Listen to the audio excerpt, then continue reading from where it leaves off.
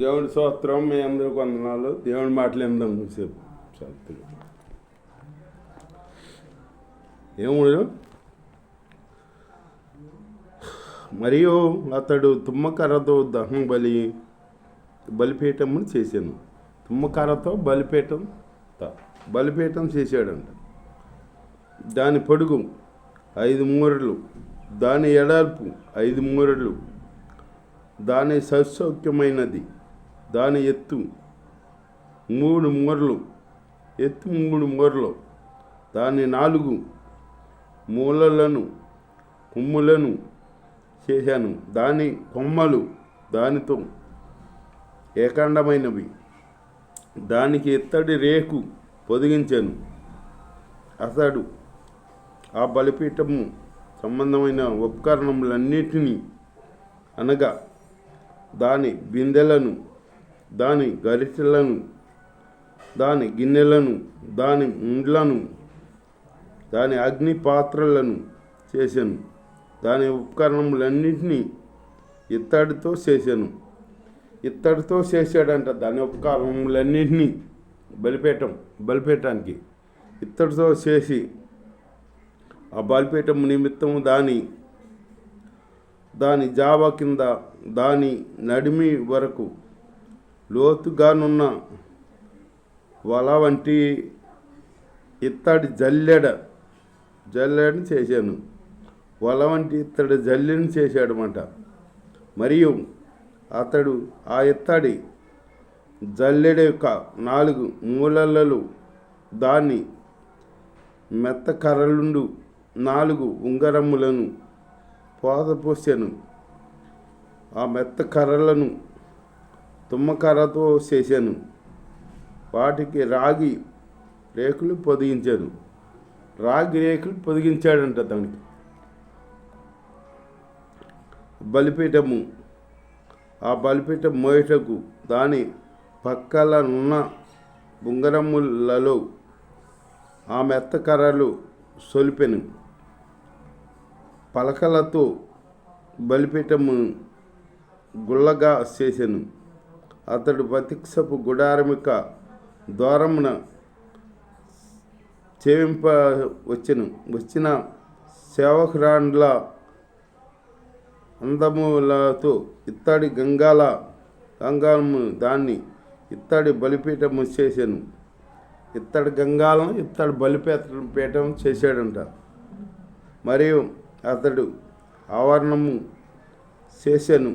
కుడివైపున, అనగా దక్షిణ దిక్కున 100 మూరలు పొడుగు గలవియు పేనిన సన్న నారవైనైన కత్తెర ఉండెను. తెరలు ఉండెను. వాటి స్తంభములు 20, వాటి విత్తడి దిమ్మలు 20. ఆ స్తంభముల వంకులను వాటి పెండెబద్దలను వెండివి.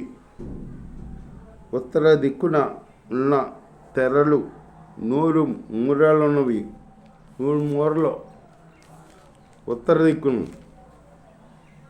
వాటి స్తంభములు 20, వాటి ఇత్తడి దిమ్మలు 20. ఆ స్తంభముల వంకులను వాటి పెండెబద్దలను వెండివి. పనమటి దిక్కున తెరలు 50 మూరలున్నవి. వాటి స్తంభములు 10, వాటి దిమ్మలు 10. ఆ స్తంభముల వంకులను వాటి పెండెబద్దలను వెండివంట. తూర్పు వైపున, అనగా ఉత్తరపు దిక్కున 50 మూరలు. ద్వారం యొక్క ఒక పక్కను తెరలు 15 మూరలవి. వాటి స్తంభములు 3, వాటి దిమ్మలు 3. అట్లు రెండవ పక్కను, అనగా ఇరు పక్కలను ఆవరణ ద్వారములకు 15 మూరల తెరలు ఉండెను. వాటి స్తంభములు 3, వాటి దిమ్మలు 3. ఆవరణమును చుట్టూన్న దాని తెరలు అన్నియు పేనిన సన్న నారవి. స్తంభముల దిమ్మలు రాగివియు. స్తంభములు వంకులను వాటి పెనుబద్దలను వాటివి వాటి బోదెలకు వెండి రేకులు పొదిగింపబడెను. ఆవరణపు స్తంభములన్నీ వెండి బద్దలతో కోర్పబడెను. ఆవరణ ద్వారపు తెర నీలి దుమ రక్తవర్ణములు గలవి, పేనిన నారతో చేయబడినవియునైన బుట్ట పనిది. దాని పొడుగు 20 మూరలు, దాని ఎత్తు అనగా ఎడల్పు ఆవరణ తెరలతో సరిగా 5 మూరలు. వాటి స్తంభములు 4, వాటి ఇత్తడి దిమ్మలు 4, వాటి వంకులు వెండివి 4, వాటి ఓదలకు వెండి రేకు పొదిగింపబడేను. వాటి పెండిబద్దలు వెండివి. మందిరమునకు దాని చుట్టూనున్న ఆవరణమునకును చేయబడిన మేకులన్నీ ఇత్తడివి. మందిర పదార్థముల మొత్తము అనగా సాక్ష్యపు మందిర పదార్థములను మొత్తము ఇదే.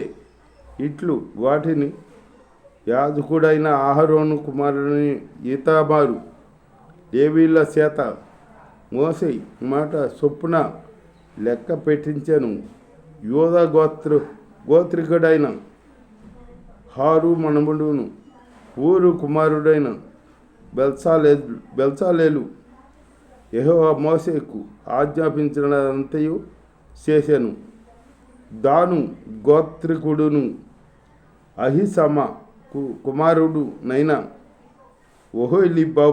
ఒహొలియాబు అతనికి తోడై ఉండెను. ఇతడు చెక్కువాడును విచిత్రమైన పని కల్పించువాడును. నీల దుమ్మ రక్తవర్ణములతో సన్న నారతో బుట్ట పని చేయువాడునై ఉండెను. సన్ననార బుట్ట పని చేయువాడై ఉండెనంట. పరిశుద్ధ స్థల విషయమైన పని అంతటిలో పని కొరకు యాయపరచబడిన బంగారమంతయు అనగా ప్రతిష్ఠింపబడిన బంగారు పరిశుద్ధ స్థలపు తులము చొప్పున 116 మణుగుల 530 తులములు. 14 మణుగుల 530 అంట తులములంట. సమాజంలో వారి వెండి పరిశుద్ధ స్థలపు తులము చొప్పున 400 మణుగుల వెండిని 570 5 తులముల. ఈ పన్ను 20 ఏండ్లు మొదలు కొని పైపాయము కలిగి లెక్కలో చేరిన వారందరిలో అనగా 6,03,550 మందిలో తలా ఒక్కొక్కటి అరతులము 400 వెండి మణుగులతో పరిశుద్ధ స్థలముకు దిమ్మలు అడ్డతెరలు దిమ్మలును అనగా ఒక దిమ్మకు 4 మణుగుల చొప్పున 400 మణుగులకు 100 దిమ్మలు పాతపోయబడి 100 దిమ్మలు పాతపోయబడినాయి అంట. పాతపోసారు. 575 తులముల వెండితో అతడు స్తంభమునకు వంకులను చేసి వాటి బొందెలకు పొదిగించి వాటిని పెండె బద్దల చేత కట్టెను. మరియు ప్రతిష్ఠింపబడిన ఇత్తడి 280 మణుగుల 2400 తులములు. అతడు వాటితో ప్రత్యక్షపు గుడారపు ద్వారమునకు దిమ్మలను ఇత్తడి రేకులను దానికి ఇత్తడి జల్లెడను వేదిక ఉపకరణములన్నిటినీ చుట్టూ ఉన్న ఆవరణమునకు దిమ్మలను ఆవరణ ద్వారమునకు దిమ్మలను ఆలయమునకు మేకులన్నిటిని చుట్టూనున్న ఆవరణమునకు మేకులన్నింటినీ చేశాను. అలా చేసి ముగించాడనమాట.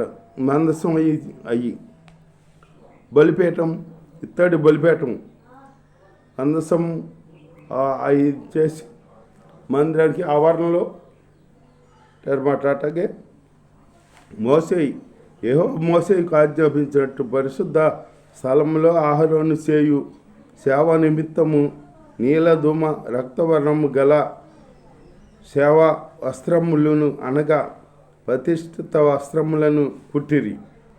మరియు అతడు బంగారుతోనూ నీలధూమ రక్తవర్ణము గల నూలుతోనూ పేనిన నారతోనూ ఏపోదుతోనూ చేశాను. నీల ధూమ రక్తవర్ణము గల నూలుతోనూ సన్న నారతోనూ చిత్రకాని పడిగా నేయుటకు బంగారు రేకులుగా కొట్టి దాన్ని తీగలుగా కత్తిరించిరి. ప్రతిష్ఠిత వస్త్రాలు ఉండాలి యాజకుడికి. ఇప్పుడు మందిరంలో సేవ చేయాలంటే అహరోను కుమారులకి ఆ విధంగా కుట్టించి బట్టలు సేవ చేయటానికి సిద్ధపరిచారన్నమాట. మరియు బంగారు జావలు పొదిగిన లేత పచ్చలను సిద్ధపరిచిరి. ముద్రాలు చెక్కబడినట్లు ఇశ్రాయేలు పేర్లు వాటి మీద చెక్కబడేను. ఇశ్రాయేల్ పేర్లు వాటి మీద చెక్కారంట. ఇశ్రాయేల్ పేర్లు వాటి మీద గుర్తింపుకి చెక్కి ఉంచారన్నమాట. అవి ఇశ్రాయేళ్లకు జ్ఞాపకార్థమైన రత్నములగునట్లు ఏబోదు భుజముల మీద వాటిని ఉంచాను. అట్లు యెహోవా మోషేకు ఆజ్ఞాపించెను. మరియు అతడు ఏపోదు పని వలె బంగారుతోనూ నీల ధూమ రక్తవర్ణము గల భక్తులతోనూ సన్న నారతోనూ చిత్రకారుని పనిగా పాతకము చేశాను. అది సత్యౌక్యముగా ఉండాడు. అట్లా చేశారంటే ఆ పథకమును మడతగా చేసిరి. అది మడవబడినదై జానడు పొడుగు జానడు ఎడల్పు గలది. కొలతలు అన్నిటి కొలతలు పెట్టి చేయమని దేవుడు చెప్పాడన్నమాట. మోసేకి చెప్పాడన్నమాట. మోసే అట్లా చేసి అలా దేవుడి స్తోత్రం హల్లెలూయా అలా చేసి ముగించాడన్నమాట. దేవుడు చెప్పినట్టు మోసే చేసాడు. అట్లా అలాగే మనం దేవుడి మాట వినాలి. దేవుడి మాట విని మనం కాడ అట్లా చేసి నడుచుకున్నాం అనుకో దేవుడు దీన్ని పొందుకుంటాం. అంతేగాని మనం దేవుడు ఏం చేశాడో నాకేం చేశాడో నాకు అది ఇవ్వలేదు నాకు ఇది ఇవ్వలేదు అని వంకలు చెప్పుకోవాలి లేక మనం అనుకోవద్దు. దేవుడు బిడ్డలుగా దేవుడి ఆజ్ఞలో నడుచుకోవాలి. దేవుడి ఆజ్ఞలో నడుచుకుంటే దేవుడు మనకి ఏదైనా చేస్తాడు. మనము ఫలాంది నాకు చెయ్యాలని ప్రార్థన చేసామనుకో అది నువ్వు దేవుడి ఆజ్ఞలో ఉన్నావు కాబట్టి దేవుడు నీకు చేస్తాడు. అది ఇప్పుడు తండ్రి మార్గంలో కుమారులు నడుస్తున్నాడు ఇంకో మాట వింటా కుమారుడు ఏదైనా అడిగితే తండ్రి ఇవ్వకుండా ఉంటాడా? అట్లాగే మనం దేవుడు మన తండ్రి అడిగిన ప్రకారం మనం చేస్తూ ఆయన ఆజ్ఞ ప్రకారం నడుచుకున్నాం అనుకో మనకి ఏదన్నా అవసరమైందనుకో అవసరమై ప్రార్థన చేసామనుకో నాకు ఇది కావాలి ప్రభువా అని ప్రార్థన చేసామనుకో దేవుడు మనకి ఇస్తాడనమాట. నాకెందుకు అని కాడ మనం పోరాడి అడగొచ్చు. తండ్రిని పోరాడి అడుగుతారు కదా కొడుకులు, అట్టా మనం అడుగుతాట. అట్లాంటి మనం అనుబంధం కలిగి దేవుడితో ఉండాలి. అంతేగాని దేవుడు ఏం చేశాడో నాకు వచ్చేయలేదు ఇచ్చేయలేదని మందిరికి రాపోతాం మందిరముకి అలుగుతాం ఇలాంటివి చేస్తే మనం దేవుడికి దగ్గరగా లేవని అర్థం. అసలు దేవుడి ఆజ్ఞలే మనలో లేవని అర్థం. ఇక దేవుడి ఆర్డర్లో మనం లేవు. దేవుడి అడుగుదారిలో నడుచుకోవాలంటే దేవుడు ప్రకారం మనం జీవిస్తూ ఆయనలో ఆయన ఆజ్ఞ ప్రకారం జీవించుకుంటూ ఆయనలో ముందుకు సాగాలి. అలాంటి జీవితం మనం చేసామనుకో దేవుడు మనల్ని దీవిస్తాడనమాట. దీవించి మనం ఏదైనా అడిగితే మనకి వస్తాడనమాట. మనకి ఏదైనా ఇస్తాడు. ఇది ఎందుకు పోని మనం కాడ అడగొచ్చు. అడిగే అధికారం ఉందో మాకు.